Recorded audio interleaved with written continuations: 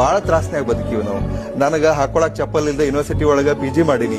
Gold medal ತಗೊಳತ್ನಾಗ ಮತ್ತೊಬ್ರು boot ಹಾಕೊಂಡು gold medal ತಗೊಂಡೇನಿ. ಮತ್ತೊಬ್ರು ಕೋಟ್ ಹಾಕೊಂಡು ಮತ್ತೊಬ್ರು ಅರ್ಬಿ ಹಾಕೊಂಡು ಸಾಲಿ ಕಲ್ತೀವಿ. ಬಹಳಷ್ಟು ಕಷ್ಟ. ನಾ ಟ್ಯೂಷನ್ ಹೇಳಿದ್ರ PG ಒಳಗ ಒಬ್ಬ ಡಾಕ್ಟರ್ ಮಗಗ ಟ್ಯೂಷನ್ ಹೇಳ್ತಿದ್ದೆ. ನನಗ್ ಫೀ ಏನ್ ಗೊತ್ತನ? ಮುಂಜಾನೆ ನಾಷ್ಟ ಅಷ್ಟ. ಅಂದ್ರೆ ಅದಕ್ಕೂ ತ್ರಾಸಿತ್ತು ನಮಗ. ಬಹಳ ಕಷ್ಟ ಅದಾವ. ಅದನ್ನ ಇಷ್ಟು ಟೈಮ್ನೊಳಗೆ ಹೇಳ್ಕೊಳಕ್ ಆಗುದಿಲ್ಲ.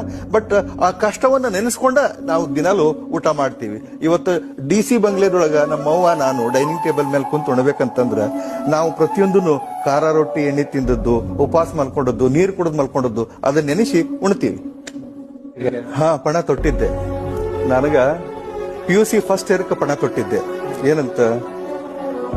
ರೆಡ್ ಲೈಟ್ ಕಾರಿನ ಕನಸು ಅವಾಗ ಬಿತ್ತು. IAS ಅನ್ನೋ ಶಬ್ದ ಅವತ್ ನನ್ ಕಿವಿಗೆ ಬಿತ್ತು. ಅವತ್ತಿಲಿಂದ್ರ ಇವತ್ತಿನ ತನ ಬಿಟ್ಟು ಬಿಡದ ಬಹಳಷ್ಟು ಶ್ರದ್ಧೆಯಿಂದ ಪ್ರಾಮಾಣಿಕವಾಗಿ ಅದ್ರ ಬೆನ್ನ